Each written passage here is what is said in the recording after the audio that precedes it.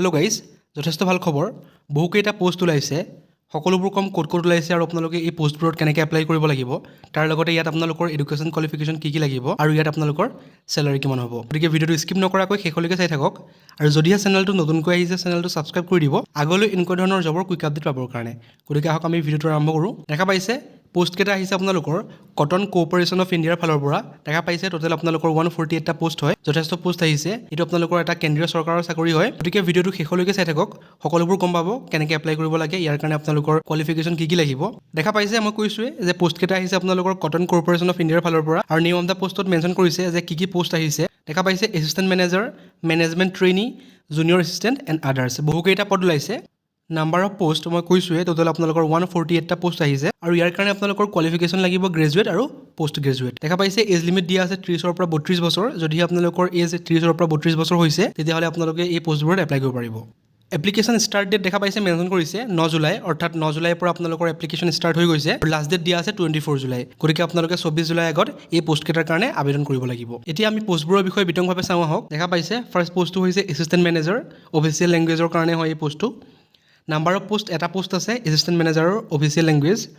Scale of pay দেখা পাইছে 40,000ৰ পৰা 1,40,000লৈকে, যথেষ্ট ভাল চেলাৰী হয় আৰু এজ লিমিটটো দিয়া আছে 32 ইয়াৰ্ছ। ইয়াৰ কাৰণে আপোনালোকৰ এডুকেশ্যন কোৱালিফিকেশ্যন লাগিব। দেখা পাইছে post graduate degree in Hindi, অৰ্থাৎ আপোনালোকে মাষ্টাৰ্ছ কৰা হ'ব লাগিব ইন হিন্দীত আৰু আপোনালোকৰ এটলিষ্ট 50% মাৰ্কছ থাকিব লাগিব আৰু ইয়াৰ লগতে আপোনালোকৰ ইংলিছ ছাবজেক্টটো থাকিব লাগিব।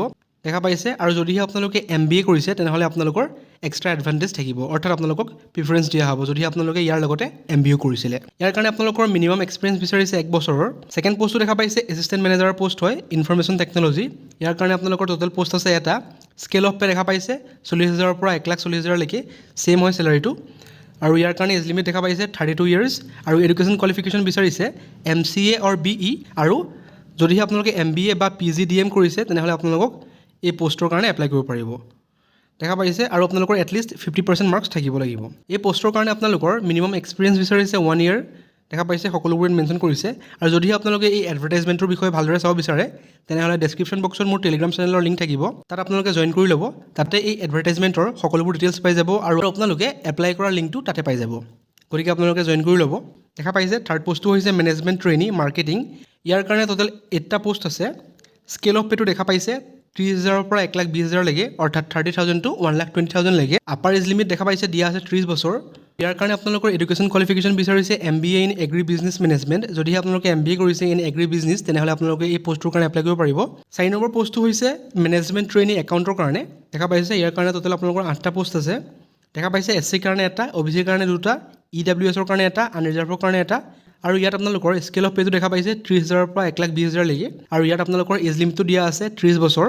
এডুকেশ্যন কোৱালিফিকেশ্যন ইয়াৰ কাৰণে বিচাৰিছে চাৰ্টাৰ্ড একাউণ্টেণ্ট, অৰ্থাৎ আপোনালোকে CA কৰা হ'ব লাগিব। এতিয়া চাওঁ আহক 5 নম্বৰ পোষ্টটোৰ বিষয়ে। দেখা পাইছে 5 নম্বৰ পোষ্টটো হৈছে জুনিয়ৰ কমাৰ্চিয়েল এক্সিকিউটিভ। ইয়াৰ কাৰণে আপোনালোকৰ টোটেল পোষ্ট আছে 50টা। স্কেল অফ পেটো 22,000ৰ পৰা 90,000 টকালৈকে আৰু ইয়াৰ কাৰণে আপাৰ এজ লিমিট হৈছে 30 বছৰ আৰু ইয়াৰ কাৰণে আপোনালোকৰ এডুকেশ্যন কোৱালিফিকেশ্যন বিচাৰিছে BSc in agriculture from A recognise university with a aggregate of 50% marks.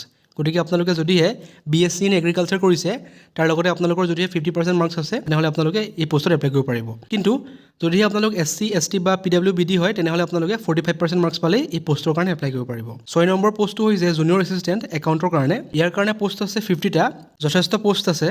Scale of পেটো দেখা পাইছে 22,000ৰ পৰা 90,000 টকালৈকে। ইয়াৰ কাৰণে আপোনালোকৰ আপাৰ এজ লিমিট দিয়া আছে 30 বছৰ। পোষ্টটোৰ কাৰণে আপোনালোকৰ এডুকেশ্যন কোৱালিফিকেশ্যন লাগিব BCom from A recognise university with aggregate 50% marks. যদিহে আপোনালোকে BCom কৰিছে তেনেহ'লে এই পোষ্টৰ কাৰণে এপ্লাই কৰিব পাৰিব, কিন্তু আপোনালোকৰ এটলিষ্ট 50% মাৰ্কছ থাকিব লাগিব আৰু যদিহে আপোনালোক SC ST বা PWBD হয় তেনেহ'লে আপোনালোকৰ 45% মাৰ্কছ থাকিলে আপোনালোকে এপ্লাই কৰিব পাৰিব। 7 নম্বৰ পোষ্টটো দেখা পাইছে জুনিয়ৰ এছিষ্টেণ্ট জেনেৰেল। ইয়াৰ কাৰণে টোটেল পোষ্ট আছে 30টা আৰু স্কেল অফ পেটো ঠিক একেদৰে 22,000ৰ পৰা 90,000 টকালৈকে। এজ লিমিটটো 30 বছৰৰ আৰু এডুকেশ্যন কোৱালিফিকেশ্যন বিচাৰিছে any graduate from A recognise university. যদি আপোনালোকে BA BCom বা BSc কৰিছে তেনেহ'লে এই পোষ্টটোত আপোনালোকে এপ্লাই কৰিব পাৰিব, কিন্তু আপোনালোকৰ এটলিষ্ট 50% মাৰ্কছ লাগিব আৰু ঠিক তেনেদৰে যদি ST SC বা PWBD হয় 45% মাৰ্কছ হ'লেও আপোনালোকে এই পোষ্টৰ কাৰণে এপ্লাই কৰিব পাৰিব। এতিয়া চাওক আদাৰ ক্ৰাইটেৰিয়াত কি মেনশ্যন কৰিছে।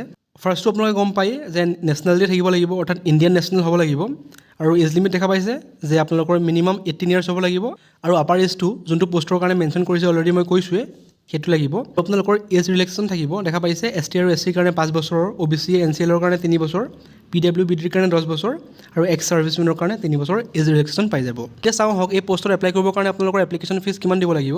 দেখা পাইছে এপ্লিকেশ্যন ফিজ কেটেগৰী ৱাইজ ভাগ কৰি দিয়া আছে। SC ST PWBD এক্স ছাৰ্ভিচমেনৰ কাৰণে আপোনালোকৰ 590 ৰুপিজ অৰ্থাৎ 590 টকা পে' কৰিব লাগিব আৰু যিসকল জেনেৰেল OBC MOBC তেওঁলোকে 1770 টকা পে' কৰিব লাগিব এপ্লিকেশ্যন ফিজ।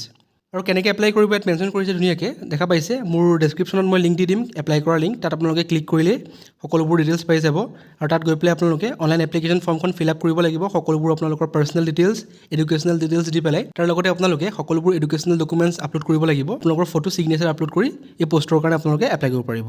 দেখা পাইছে ইম্পৰ্টেণ্ট ডেটৰ বিষয়ে মই ক'লোৱে যে 9 জুলাইৰ পৰা ষ্টাৰ্ট হৈছে আৰু 24 জুলাইলৈকে আপোনালোকৰ এপ্লাই চলি থাকিব। গতিকে 24 জুলাই আগত আপোনালোকে এপ্লাই কৰিব পাৰিব। যদিহে আপোনালোকে অফিচিয়েল এডভাৰটাইজমেণ্টটো চাব বিচাৰে, মই কৈছোৱে যে ডেছক্ৰিপশ্যন বক্সত মোৰ টেলিগ্ৰাম চেনেলৰ লিংক আছে, তাত জইন হৈ ল'ব।